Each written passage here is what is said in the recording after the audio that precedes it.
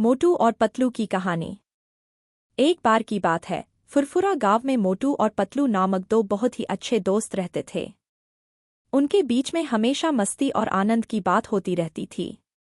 एक दिन गांव के पास एक जंगल था जिसमें एक जादुई पेड़ बसा हुआ था। लोग कहते थे कि उस पेड़ के पास जाने वाले को हर मनोरंजनीय खासियत से लैस मिलती है। मोटू और पतलू भी उस पेड़ की कहानी सुनकर उत्साहित हो गए और वे उसे देखने के लिए वहां निकल पड़े। जंगल के बीच में पहुंचकर वे उस जादुई पेड़ के पास पहुंचे। पेड़ का वास्तविक रूप देखकर वे हैरान रह गए। उस पेड़ की ऊंचाई करीब 20 फीट थी और उसके पत्ते सोने की तरह चमक रहे थे। मोटू ने उत्साहित होकर कहा, पतलू, यह जादुई पेड़ है। हमें इसकी जांच करनी चाहिए। पतलू ने भी उत्सुकता से कहा, हाँ मोटू भाई, हमें इसे देखना चाहिए। वे पेड़ के पास गए और देखा कि पेड़ के नीचे एक छोटी सी छलांग बिछी हुई थी। छलांग के नीचे एक बड़ा सा खजाना छिपा हुआ था। खजाने के साथ ही एक पुरानी किताब भी थी।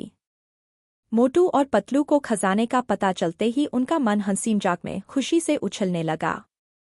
मोटू ने उत्साहित होकर कहा, पतलू देखो, हमें एक जादुई पुस्तक मिली है। पतलू ने भी उत्सुकता भरे स्वर में कहा, हाँ मोटू भाई, हमें इसे देखना चाहिए। उन्होंने पुस्तक को खोलकर पढ़ना चालू किया और देखा कि उसमें विभिन्न प्रकार के जादू के तरीके और उपाय लिखे थे। उन्होंने जादू के उपायों को पढ़ते हुए धीरे धीरे पुस्तक के प्रभाव में आ गए। एक दिन मोटू और पतलू ने पेड़ के सामने खेलने का निर्णय किया।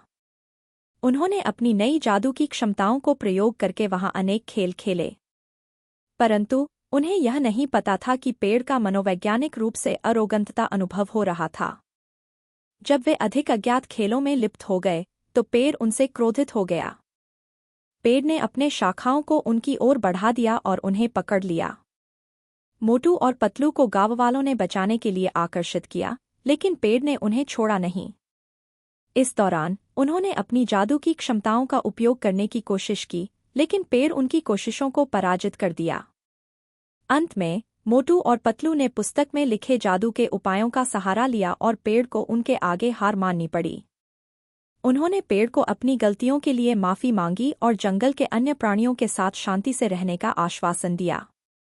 इस कथा से हमें यह सीखने को मिलता है कि हमें गर्वित नहीं होना चाहिए और अपनी शक्तियों का सही उपयोग करना चाहिए। जीवन में हमें सावधानी से हर कदम उठाना चाहिए, क्योंकि गर्व का अंधानुवाद हमें आगे बढ़ने से रोक सकता है।